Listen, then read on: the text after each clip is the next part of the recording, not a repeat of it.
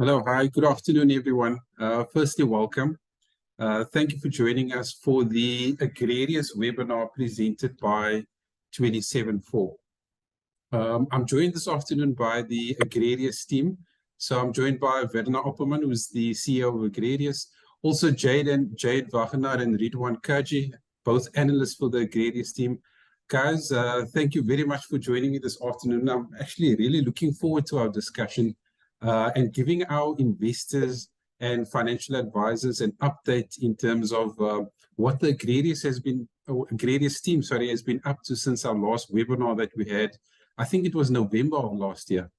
Speaking of the last webinar, I think what we'll do is we'll provide a link to that webinar in the chat box function. So if you want to go back and have a listen to the previous webinar, you can do so. But what we did in that webinar was we sort of unpacked how Agrarius is transforming the global agriculture sector and providing sustainable investment opportunities to our investors. We also sort of explored some of the highlights or achievements of the inaugural note program back in 2022 up until the end of last year. And we saw the returns of the instrument outperform many asset class benchmarks, amongst other highlights. So you can go back and have a look at some of the highlights of the inaugural note program. But what we plan to achieve out of this discussion over the next 45 minutes or so is to look at what the Agrarius team has been busy with in Q1 of 2024 specifically. And then we're going to look ahead in terms of the rest of the year and what the plans are for the Agrarius portfolio. So that's sort of the plan for this discussion. If you do have any questions, please type them in the chat box function. We will definitely get to it at the end. I think we'll leave about 15 minutes at the end for question time. Before we kick off the discussion with the team, I think perhaps for the benefit of those of you who are not familiar with Agrarius, let me provide some brief context behind Agrarius. So at 27-4, we are constantly looking for new ideas, new approaches to provide solutions to our investors, right? And in October of 2022, 27-4 listed Africa's first sustainably linked Shari'ah-compliant Sukuk on the JSE, and it's a 10 billion rand note program, and the proceeds of this note program is invested throughout the agriculture sector value chain. And the goal of Agrarius, as I mentioned, is simply to transform the global economy by mobilizing pools of capital and directing this capital towards investments within the agriculture sector that meet both the sustainability criteria as well as investor return targets. And at 27-4, we do feel that our extensive investment experience, coupled with the experience that we do have in the agriculture sector, positions us quite well in dealing with the complexities that do arise when investing within the agriculture sector. So I think that's it from my side. I think let's kick off the discussion. Werner, maybe I'll start off with you. It's been a busy few months since we last spoke in November of last year. So maybe you kick us off and give our investors an update in terms of what Agrarius has been doing in the first part of 2024. Sure, thanks, Masood. So I think starting off, the first thing that we achieved is we had a successful second round of notes being issued. So the total value in the investment vehicle that we get is now just over R1 billion. We did, as mentioned, note issue. We did a tap issue for around 100 million of the previous note. Then we issued just over 300 million rand of a second note, actually B1. And then we also had a large inflow on the unlisted side, so just over 100 million of unlisted notes into the vehicle. The bulk of that money has already been deployed. It went to fund, as mentioned previously, the Capspan transaction. So we have now acquired Capspan, and we're busy with the minor restructuring on that aspect. But for now, we are the full owners of Capspan. The party, One Apples, who we are actually funding the acquisition, we are busy bringing their assets into the Capspan group to enhance the group and bringing some new intellectual IP into Capspan, which will help Capspan further growth and expansion. And in post that, we've got an upcoming coupon in about 2 weeks' time, which will on track to pay out to investors. So you should expect a cash inflow towards the end of this month. So hold it directly into your stock working accounts. And so that was the main things we were focusing on the last 3 months since we spoke, was the capital raise, completing the cap-span transaction, and then just continue on normal transactions. A lot of our current underlying investment companies have continued to perform. They continue to roll the assets. So we've some clients now at three cycles of transactions with them. So Agrarius is now just over 3 years old from a perspective, and we're going on our 2nd year from being a listed entity. So we are slowly building a strong track record, as you mentioned. Thanks, Ben. And I guess running an agriculture portfolio, you can't exactly do that sitting behind your desk, right? You've got to be on the ground, meeting the farmers, seeing the different projects that our investors are investing in. But Ridwan, if I can come to you, right?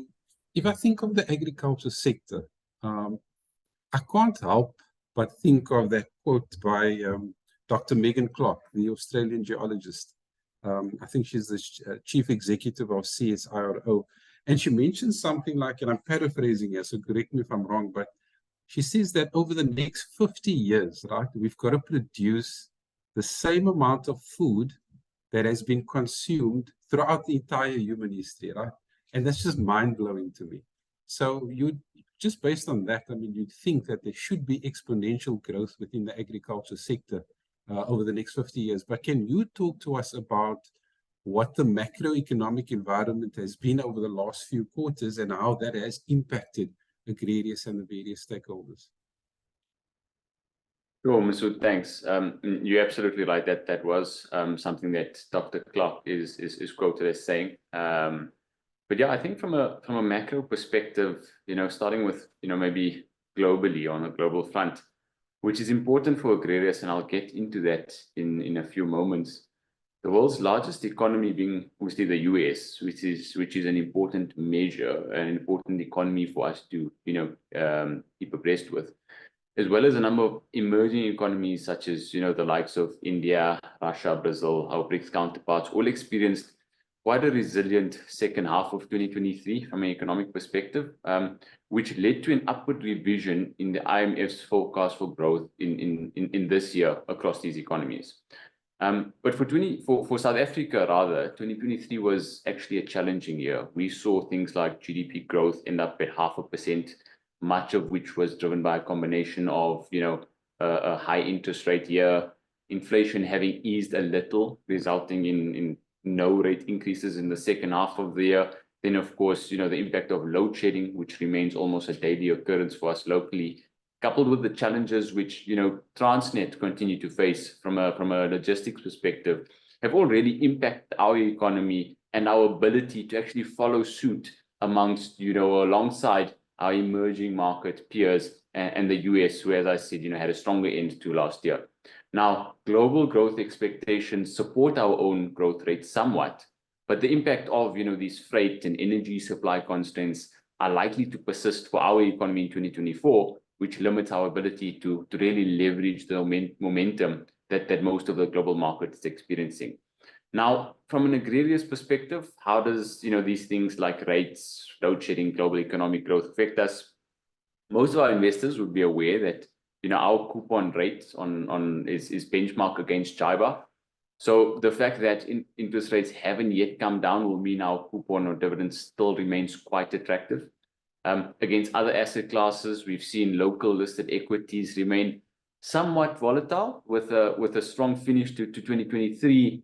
However, what we've seen the market do since the beginning of 2024 has actually retracted some of those gains in the last quarter of 2023. So, as you said, Masood, Agrarius continues to outperform selected benchmarks such as, South African equities. We look at the JSE Cap Swix and we're seeing that we've outperformed that index since inception. The likes of the ALB and CILI, which are your fixed income and money market indexes, which is something we've outperformed those as well, and it's something that we've obviously quite proud of.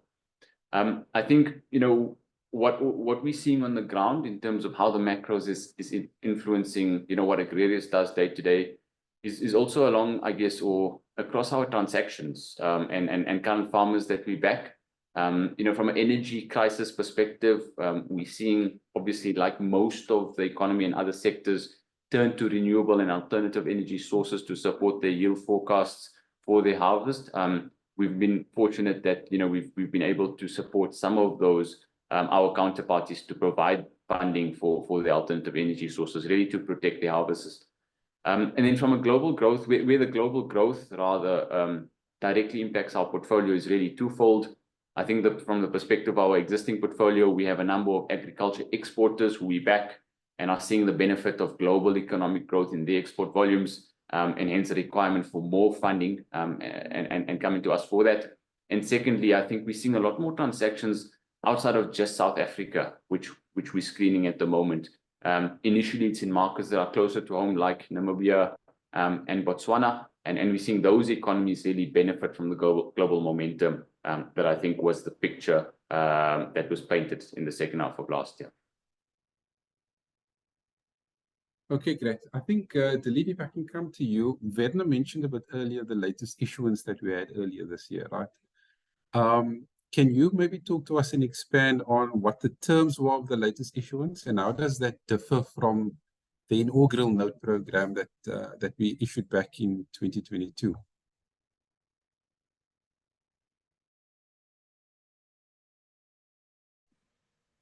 So, Masood, I think I'll take that one for Dillian. Just in terms of our note programs, I just want to touch on the first issuance, which was our 500 million rand Agri A1 note, which we issued in October 2022. The profit share on that note was 3 months JIBAR at a rate of 4.75%. This was a 3-year term, and it was specifically requested by our institutional investors. So it may not necessarily be part of our capital raising strategy. We then had a tap issuance of 100 million in Feb 2024, as Vanna said.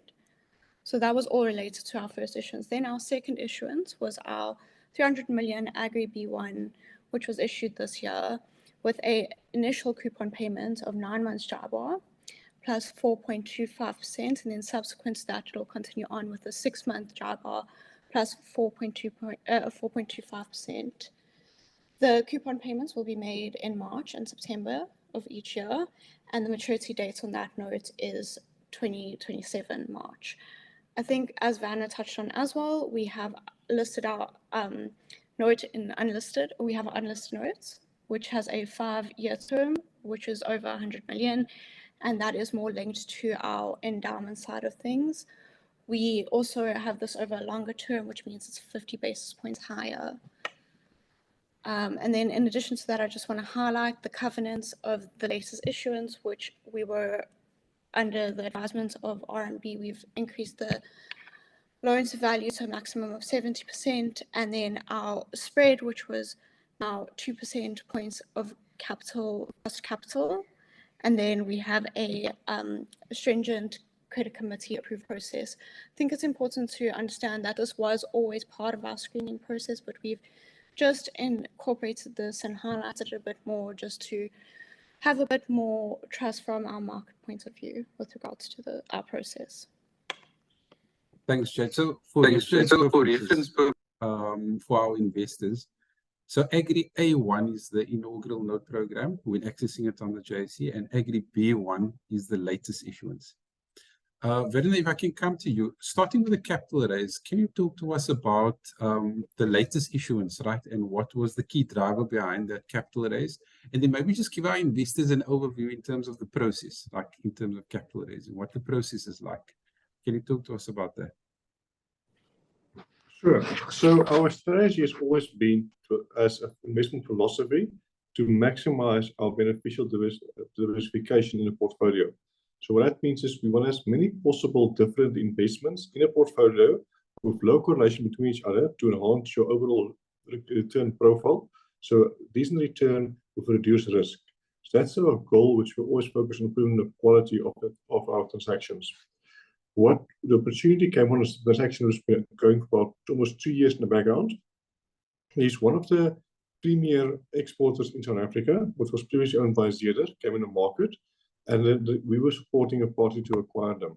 So we had an excellent opportunity to help probably, to our knowledge, the only black-owned cultivar company in the world acquire a very well-regarded company with an extremely good track record, a very, very strong management team with offices and operations all over the world, to create a platform for them to add more cultivars, expand the cultivars, where both companies will mutually will benefit mutually from it and enhance the overall characteristic of companies, not just for the shareholders, but also for the employees and other stakeholders in Capespan and 1 Million Apples. The cultivars specifically talks to food security, so a lot of and renewable energy and our energy need in the future. For some of these cultivars are a bit more hardy, they grow more efficiently, and they need less energy to store. So it becomes more talk to our focus on reducing global warming. So this was a tremendous opportunity for us, and we decided to pursue this transaction. We spent multiple months on a transaction. We got CARICOM to approval. So one of the main drivers behind this next note issuance was to raise the additional capital to be able to fund the acquisition of the Capespan from Zeder by supporting 1 Million Apples. So that was the key driver of why we did the transaction and how it did. How does the capital raise work? Well, it's basically you're starting off with your investment case. So you explain to investors your investment case. So we met with multiple institutional investors over a couple of months, and we also spoke to some high-net individuals and financial advisors of what we do, how we operate, why we're doing the transaction, what's the rationale for the transaction, why we'd like to participate. Then based on that market feedback, we will customize the notes, being like the term of the note, the expected return investor demand based on their perceived risk perspective. And all of these inputs get put in. Then with the help of RMB, we set a certain date for the transaction of the listing, where we call a bookable period. All the investors place their bid in. RMB as the independent third party collates the data and give feedback to the bidders to get a very fair and efficient price on the notes. And that ultimately leads to your final price that being set, where the set, what means the price being set as the spread. In this case, 4.25% over JIBAR, which you will see it's actually a bit of a reduction from the previous note, because people understand a bit more what we do. There's a bit more confidence, there's more diversified portfolio. So we, as expected, the spread started to reduce. And that's in a nutshell how it works. So it's talking to the market, getting market feedback, adapting the notes to these requirements to the market, have a third party giving objective feedback back to the market until you get to a price, and then your notes get issued. And that's how we do our capital raise. We will be repeating the process on a continuous basis every couple of months as we find deals, pipeline, and as the investors contact us asking us for new notes. Thanks, Vernon. Jade, if I can come back to you. In the previous webinar in November of last year, we touched quite a bit on the investment case for agriculture, right? So we expanded quite a bit on that. And we do know that Agrarius has quite a rigorous process of selecting the underlying counterparties within the portfolio. But can you talk to us about some of the deal flow that we've seen come through in Agrarius, and then how does that differ, if at all, from what Agrarius has been doing over the past 12 months?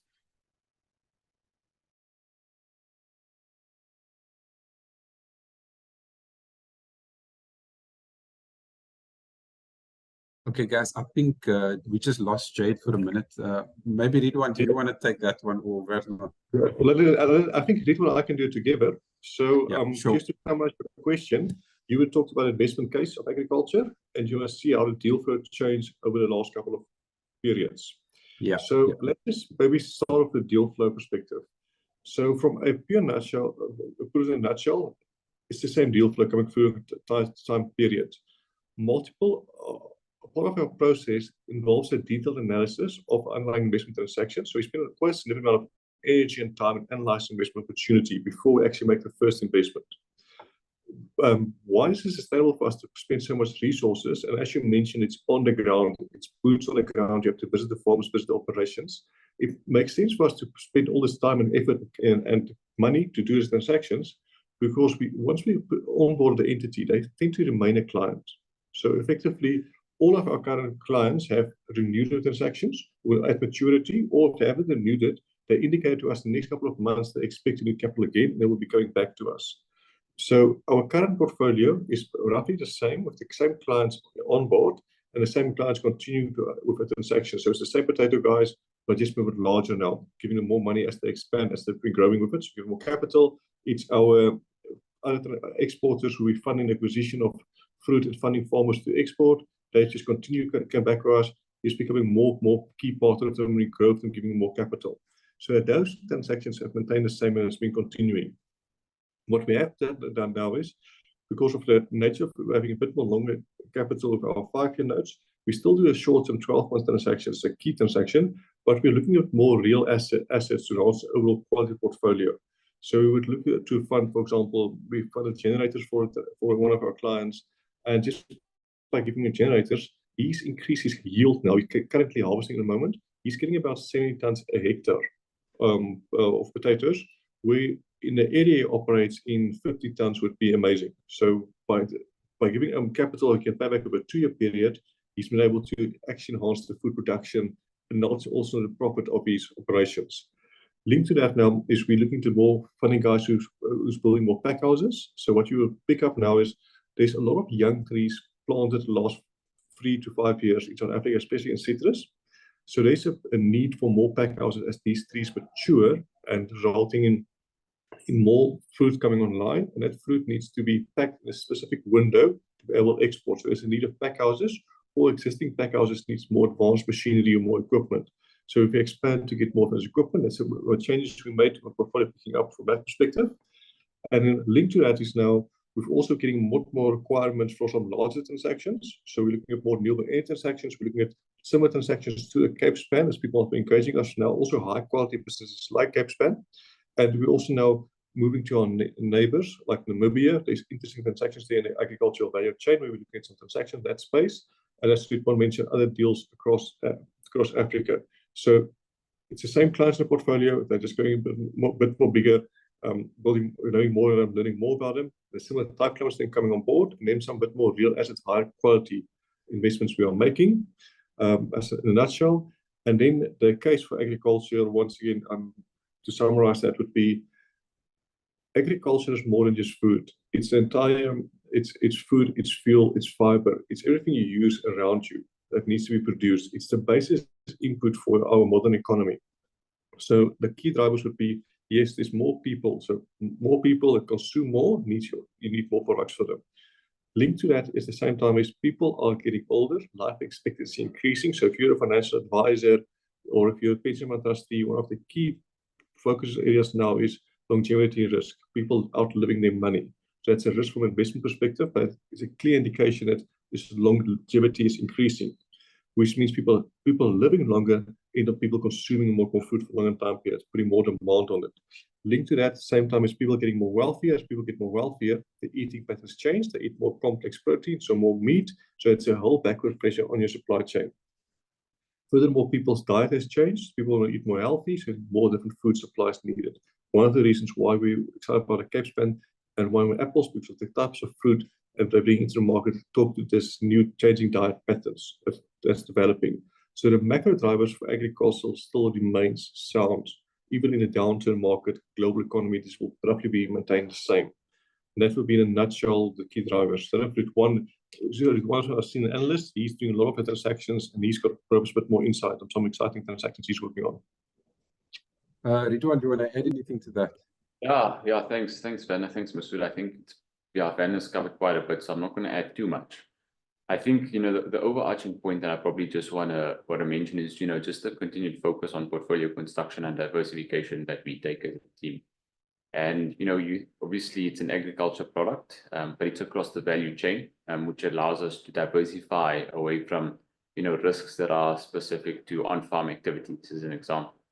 So we've got, in our portfolio, as Werner said, a lot of what was already in our portfolio, we're seeing those counterparties really just remain in the system and want to roll their funding with us. So to continue doing transactions with us even after the expiry of the initial term.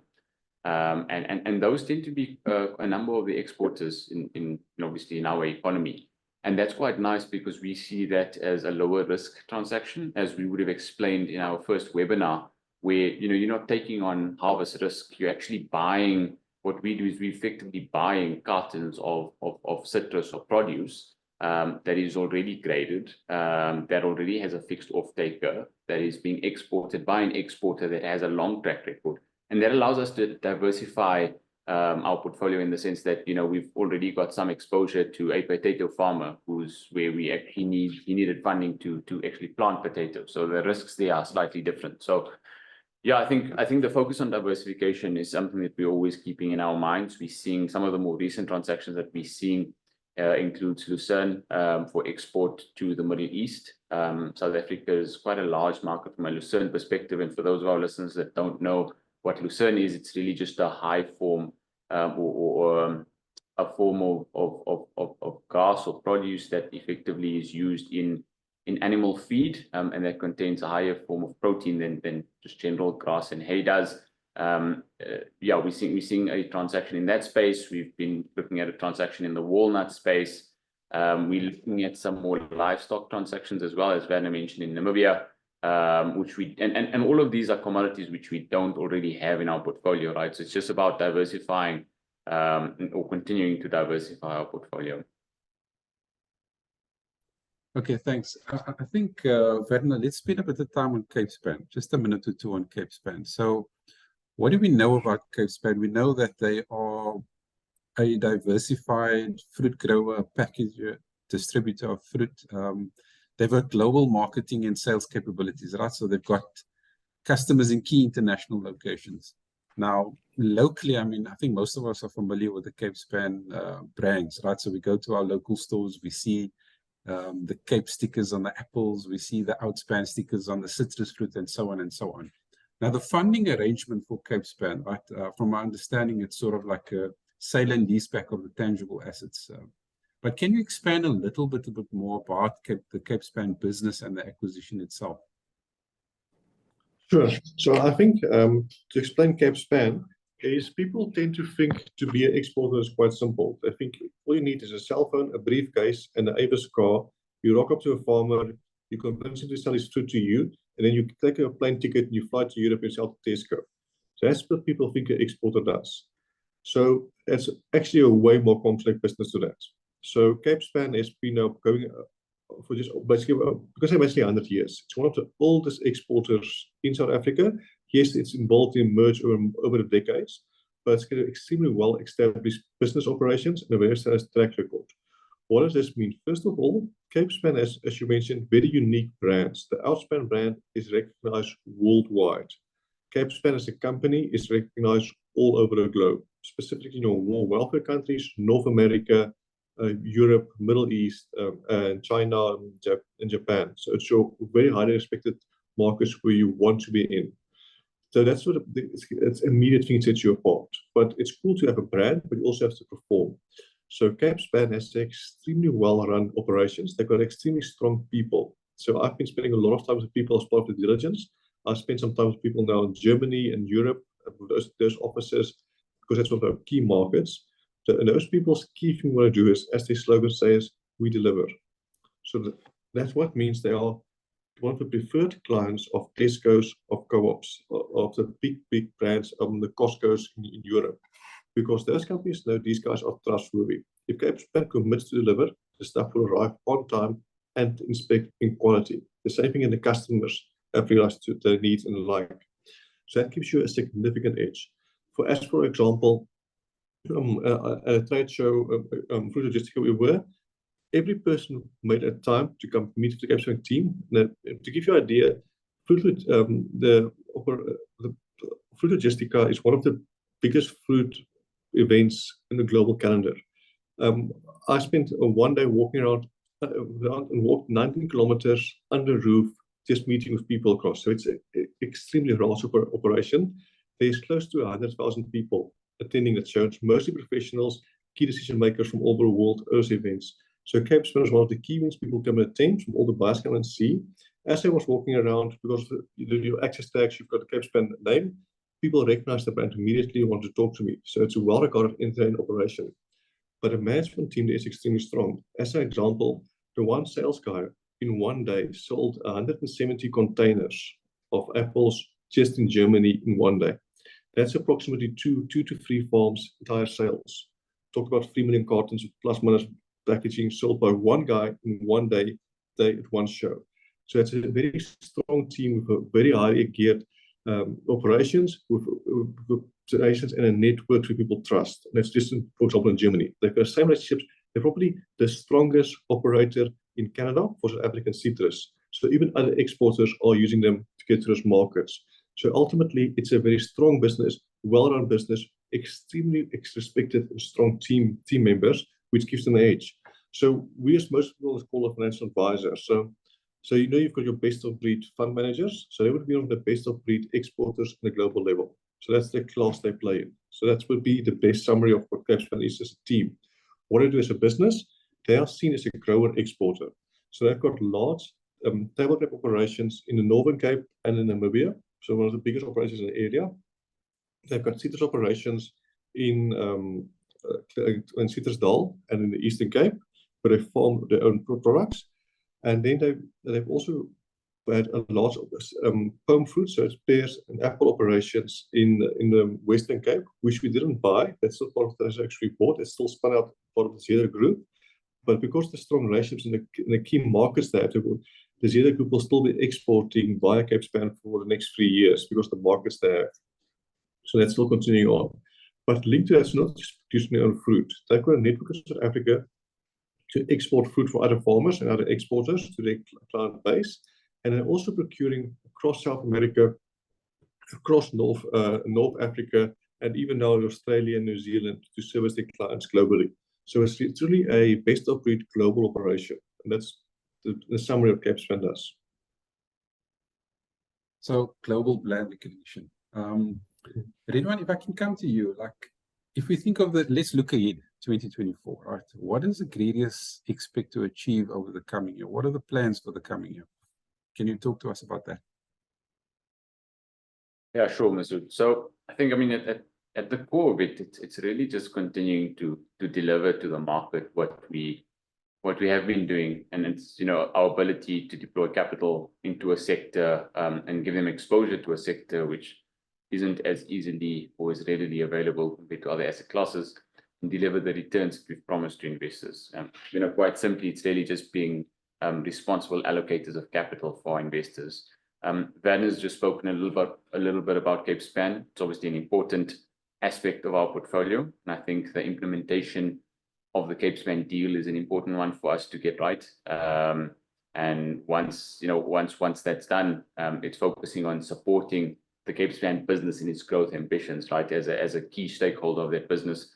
You know, Werner mentioned that he attended the Fruit Logistica exhibition in Berlin earlier this year alongside the Capespan management team, and they've already started to see, you know, the fruits of this, excuse the pun, through potentially higher export volumes that may be unlocked. And then I think, you know, at the back of our minds, Masood, it's something that we don't want to lose focus on, and always sort of keep at the back of our minds is considering how we progress the medium and longer term strategies, right? And that includes expanding on the type of deals that we look to do. As we mentioned earlier on just now, we're seeing a lot more deals in our pipeline that are growth capital in nature, where, you know, these agri counterparties are really looking for, you know, capital that is a bit more patient than what we've been able to offer them in the market up to now. And I think we're also exploring ways to reduce our cost of funding. So we're engaging a number of institutions around this and what we could introduce into the structure that would, you know, give some benefit to our investors, but also sort of make it easier for the agri ecosystem in general to access capital, because that's, you know, effectively a fundamental challenge in the market that we're trying to address, is really just shortening the gap that exists between the supply and demand of capital in the industry. And I think lastly, it's really just continuing to think about how we can expand our global footprint as well through tapping into global markets. Werner's mentioned Namibia, Botswana. We might have mentioned to investors that Saudi and the Middle East in general is another region that obviously has eager investors that are looking for Islamically compliant products, and that may look to get some exposure to, you know, agriculture, whether that means, you know, it's a strategy that's focused on Saudi, or that is focused on, you know, South Africa, or investing, you know, the proceeds of that capital into South Africa but for, the benefit of Saudi through securing, export of, a certain type of commodity, because we know some of those regions are battling with, issues like water scarcity, given that it's largely a desert, and hence will look to, will always be a majority or net importer of agriculture, and will look to other countries to sort of help them in being able to secure what they need to meet the needs of their populace.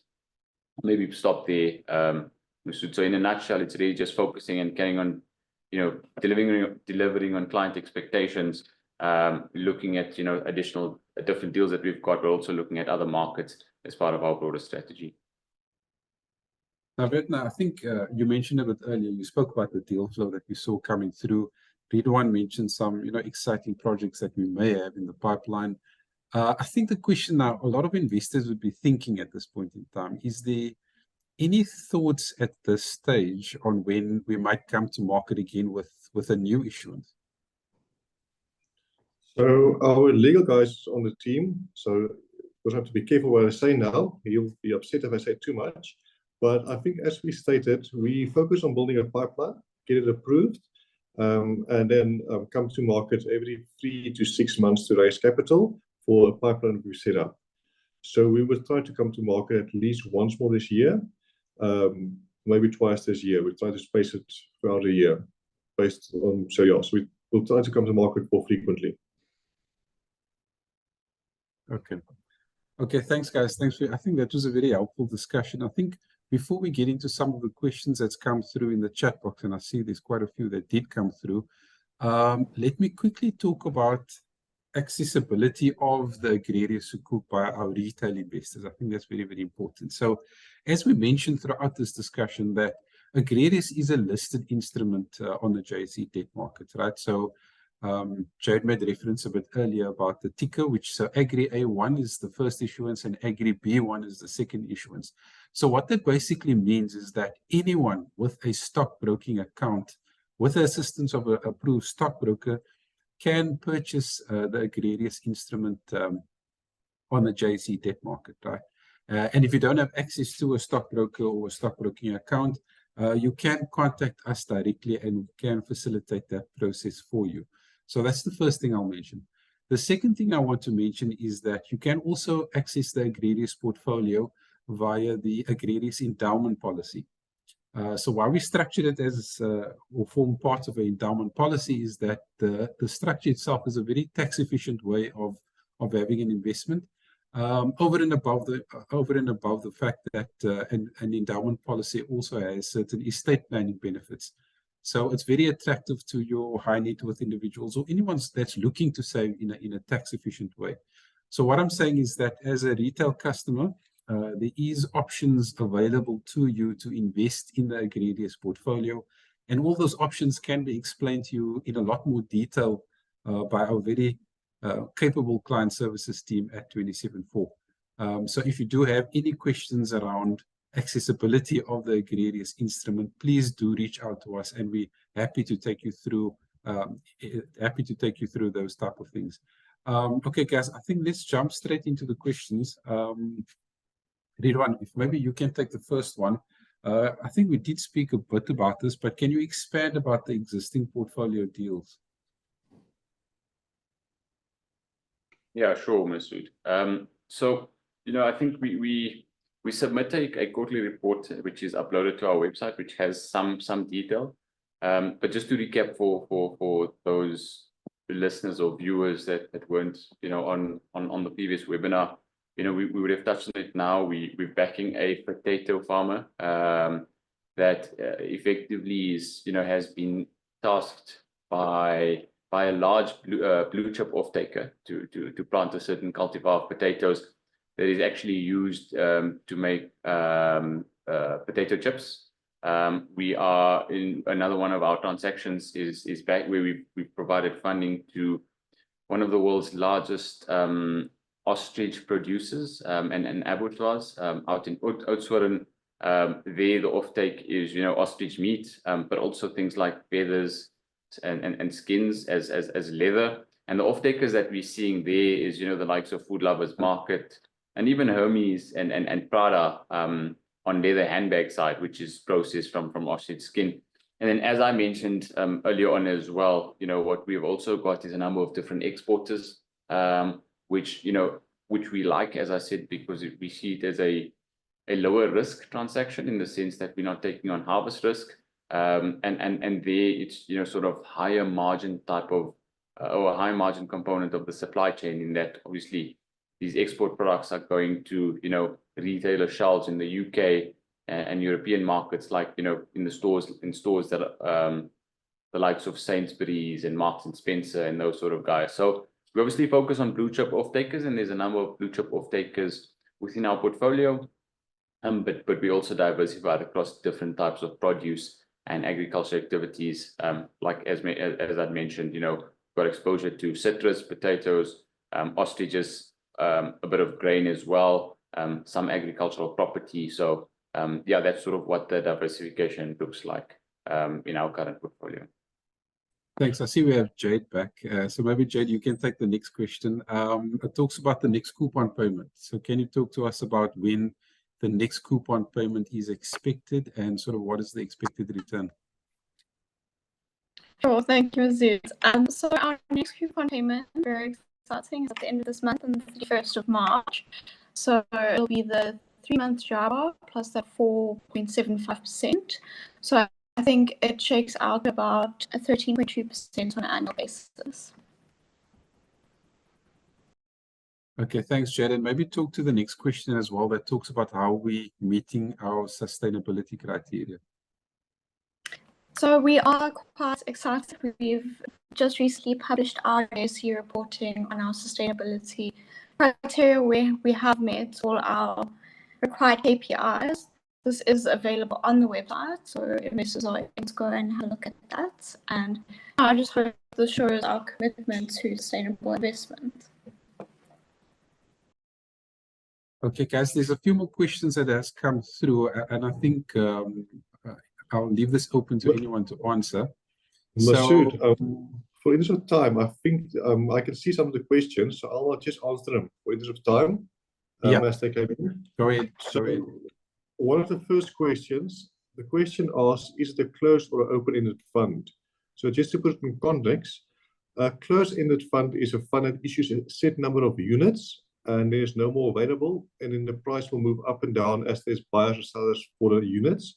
Whereas an open-end fund is what people in South Africa would refer to a mutual fund or a collective investment scheme. As there's people want to move in, more units created, as you disinvest units are decreated, for lack of a better word. So Agrarius is not a fund in the traditional sense. Agrarius is a special purpose vehicle that issues debt instruments in the form of sukuk. So it's more like you're investing in a bond. So it's like buying an Absa debt instrument. It's buying a Reinet debt instrument. So you're investing in a fixed income instrument. So it's not a fund in the traditional sense. That instrument you buy is then backed by a pool of assets. So that's what, just in summary, it's not an open or closed-end fund. It's a fixed income instrument that you are buying. If I move on to the next question, the question is, funds not deployed, what percentage and impact on a coupon payment? So all money that we have in a portfolio that we aren't immediately allocated to a transaction, we are putting it in the best possible yield we can get in Shari'ah-compliant bank instruments. So we're getting a decent return of an excess of 8% for that. So it reduces any potential cash drag on it. But remember, when we do the transaction, we charge a bit of a spread over and above our cost of funding. So for argument's sake, if our cost of funding is 13%, when we do a transaction, we do it at, let's say, 17%. So that 4% additional yield you're picking up helps to offset the bit of capital that's not deployed. So that's on a continuous basis. So we've got constantly money coming in as deals are being repaid. We put it in Shari'ah-compliant fixed instruments, from which we then deploy the money as transactions come on a continuous basis. So at this point in time, given our current deployment rate and the yields we're getting, there's no impact on our coupon payments. For the question. Then another question was just to recap on the security of sukuk holders. So the security of the sukuk holders will ultimately be the portfolio of assets that we have inside it. So whenever we do a transaction, we, for example, transaction of the potato farmer, if we expect the harvest to be, for argument's sake, 100 rand, we will only, in this case, provide up to 28 or 20% expected sales value, even though we take the entire harvest of security. So all of that's put into our SPV, and that's the different kind of security we built into the transaction. At the same time as when we do investment with farmers, not just the harvest, we look to other security, be it tractors, be it other harvests, or any other tangible assets you can get security on. That forms the security we have. So for every 1 rand we add to a farmer or an agribusiness, we try to get at least 2 to 3 rands of collateral security against that. And that's the security that we talk to, like loan to value or overall value of the portfolio. Security assets, that's the backing against that's providing the security SPV, is the assets backing security SPV, giving the best effort guarantee to investors. Then sorry, I'm just going to continue. I think can we just pause there? Can we just pause on that question, because not everybody on this webinar would be familiar with that term sukuk, right? So maybe let's just explain that for a minute. So for those of you, maybe I'll just take that. So for those of you who are not familiar with, actually the expert, he's quite good at explaining the difference. So for those of you who are not familiar with the term sukuk, right? It's basically an Islamic bond, right? Directly translated, sukuk refers to Islamic certificates. So what happens is the issuer would issue certificates to an investor or a group of investors, and the proceeds are then used to purchase assets in which the investor would have direct partial ownership interest in. I think the easiest way for me to explain the difference between a sukuk and a conventional bond, for that matter, is that with a sukuk, as I mentioned, there's actual direct ownership interest in the assets that the investor would own, whereas with a conventional bond, it's more indirect interest-bearing debt obligation. So the structure of Agrarius specifically is a asset-backed wakala sukuk. So it's a form of agency agreement. And what that basically means is that the investor would provide the capital, and then the issuer would come in and act as an agent to manage the investment on behalf of the investor. And in the profits that's generated is sort of shared between the issuer and the investor. Werner, I don't know if you want to add, or Ridwan, you want to add anything to that? No, Masood, I think you've explained it very well. What I would also just add is, the emphasis on asset back, which you have mentioned, but also, just the limited volatility, right? Where there's changes in interest rates, I think there's less volatility than I think we'd see other conventional debt-backed securities. We don't see that volatility in our price. Our pricing is obviously, available on the JSE's website, and it's quite linear based on what our profit or coupon rate is. But other than that, I think we've covered all the right points. Okay, Werner, you want to take the next question? From which platform can we purchase Agrarius stocks? Is it not available on the FNB share portal or Easy Equities? Sure. So basically, you can purchase from any stockbroker that has a fixed income license. So most stockbrokers have equity. Some of the more larger, sophisticated ones will also have access to your listed, to your debt market. So if it is available on FNB, and it might just be available on the online share portfolio, but if you call the FNB broker, I know specifically Cheston Francis at FNB specializes in these kind of instruments, he will be able to help you to buy it on the FNB platform. Just because you asked about Easy Equities doesn't have a fixed income license for JSE. They're mostly specialized in equities, but investor can do it. A lot of mutual private clients can do it. So if you want to buy it or buy a stockbroker, just reach out to us. We will be able to help you get in touch with the stockbroker that can do it for you. Yeah, and I think, Werner, that's quite a common question around Easy Equities. So I'm glad the question was asked. And then the next question talks about liquidity of the A1 and B1 tranches. Is it possible to buy, sell on a daily basis? Secondly, what is the expected yield for 2024, for each of these notes? Sure. So when it comes to liquidity, this is a listed instrument. It's determined by supply and demand. So it depends. If you want to buy, you will only buy if there's someone willing to sell. At the same time, if you want to sell, only linked to if there's buyers on the other side. So if you're looking to buy or sell, please just reach out to us. we will put you in contact with sellers. Right now, there's not many available. We've got one institutional investor who's doing a bit of restructuring. They can have some to sell, but otherwise, we will just put you on a waiting list and call around to find instruments for you as people call us looking to sell for restructuring reasons. Return expect yield. So I can't give forward-looking comments in this forum. So our yield is basically, you can work out yourself, depending what note, it's a 3-month JIBAR plus 4.75%, or it will be the 6 months, 9-month JIBAR plus 4.25%, as you can calculate it. You can get it JIBAR rates on the South African Reserve Bank website, or if you've got a stockbroking account, you will see the JIBAR rates there as well. So that would be the easiest way to quickly the indication of the rates. If you want to see what it's doing historically, if you go to our website, there's a live data feed and a way to download all the data for you, which you can get historic returns. Then from the Namibian market, will the off-takers be local retailers? Is it a big enough for scale? That's the question. Yes.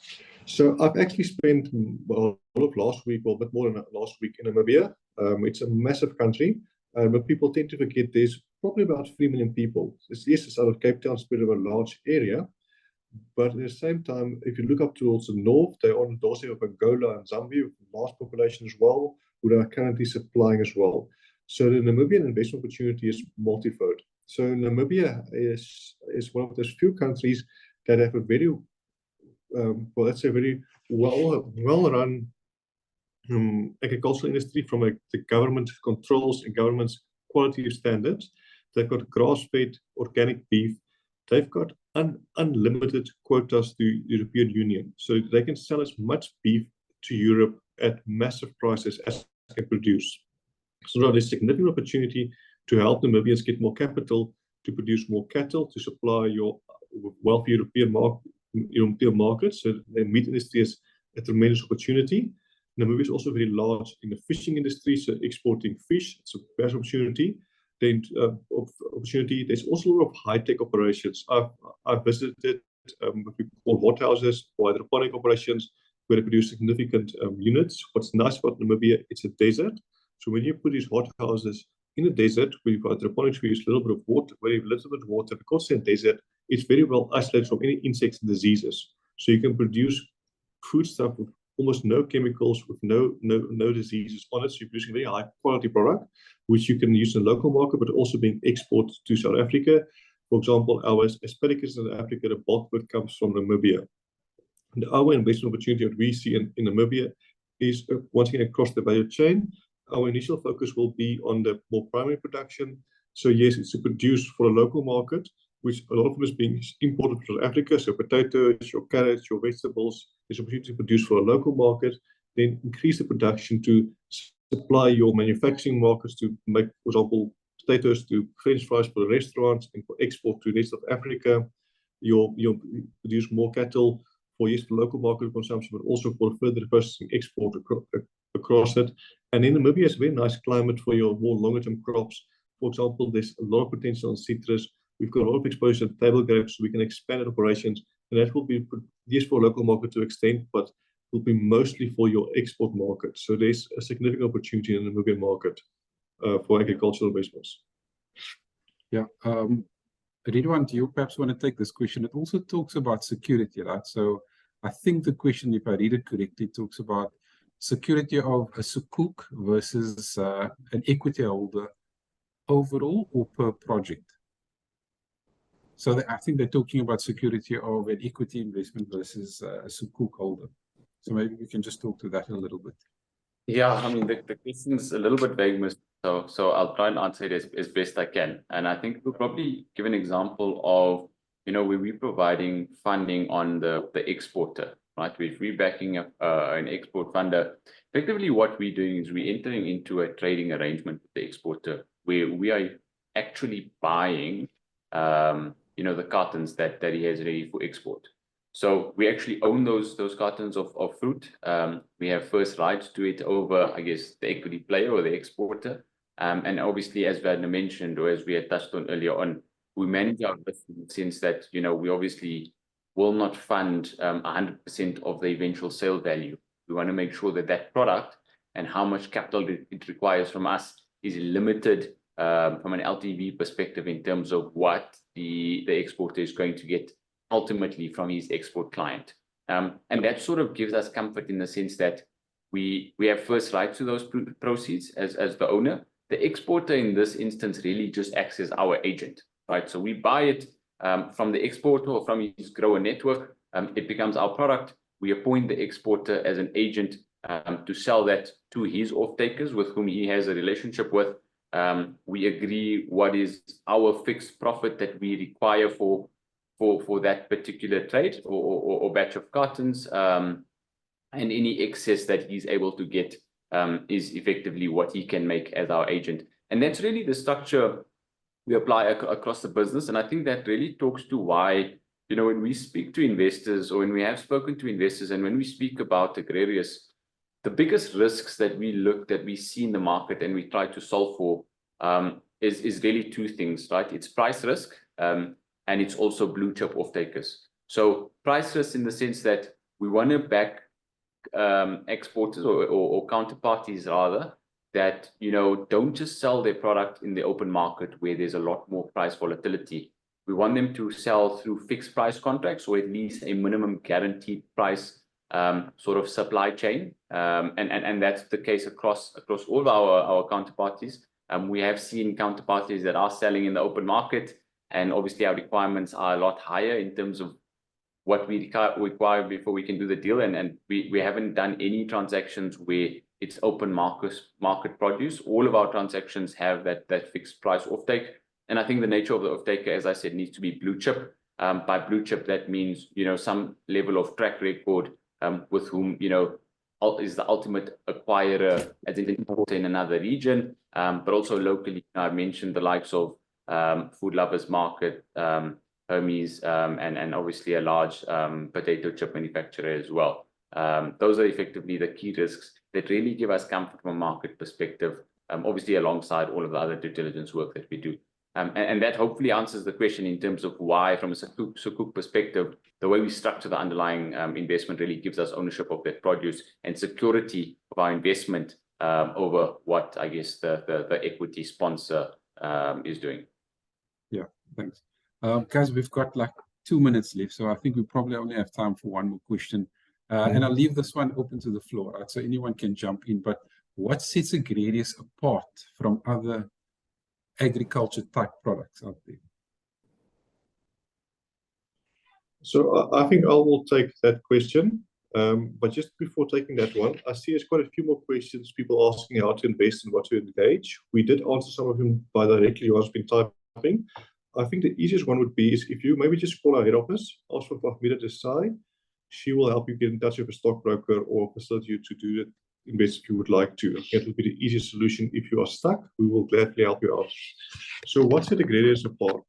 So if you want to invest in agriculture, there's very limited opportunities. On a global level, you can invest in some agricultural funds, specifically timber funds, like plantations. That's quite a big option. Or you can buy agricultural land. That's your primary opportunities you have in agriculture, and a direct play is mostly available. If you want to do another option, you can almost call it a first derivative of the agricultural theme, is you can invest in funds or equities that has agricultural flavor. So that might be by investing in a Danone, by investing in a Parmalat. So it's companies operating in the agricultural value chain. So it's an equity play in that setup, but it's one step removed from primary agriculture. Then alternatively, you can go one step further. You can invest in South Africa, for example, in AECI. That's a chemical company that could produce explosives for a mining example, but also produce some chemicals for the agricultural sector. So that would be your derivative or other ways of accessing the agricultural as an investment thesis. So what Agrarius does is we do direct investing in the agricultural value chain. So we do a lot of primary agriculture, which very few people do. So as we do directly buying potatoes, directly buying fruits, you've got a direct pure play onto it. Then we move up and down the agricultural value chain by investing in a project-based approach in the agricultural transactions or projects around that. And we package that into an agricultural risk premium. Yes, it's linked to the debt market as a benchmark around it, But underlying drivers and return is linked to your primary agricultural return drivers. And that's what makes it a bit unique. We're giving you a new source of risk premia in your portfolio that's linked to agriculture, that is a low correlation with your traditional asset classes, while it tends to have a bit of a higher correlation with your liabilities being in inflation, because we invest in inflation, and food or agriculture is the last component of inflation. So that's what sets us apart in a nutshell. Thanks, Werner. Yeah, it's giving access to our retail market, a sector that's 3% of our GDP, isn't it? But guys, thank you very much. I think we just about ran out of time. So there is more questions that came through, but unfortunately we have run out of time. We'll try and get those questions emailed to you. Werner, Ridwan, Jade, everyone on this call, thank you very much for joining me for this discussion. It was very helpful for our retail customers, our financial advisors, and we wish you everything of the best for the rest of the year. I'm sure you guys will be successful. We'll probably have another catch-up in Q2 of 2024. To all the listeners, the viewers to this webinar, thank you so much for your time and your attention. We wish you everything of the best, and to all our Muslim listeners, all the best for Ramadan. Take care. Goodbye, everyone.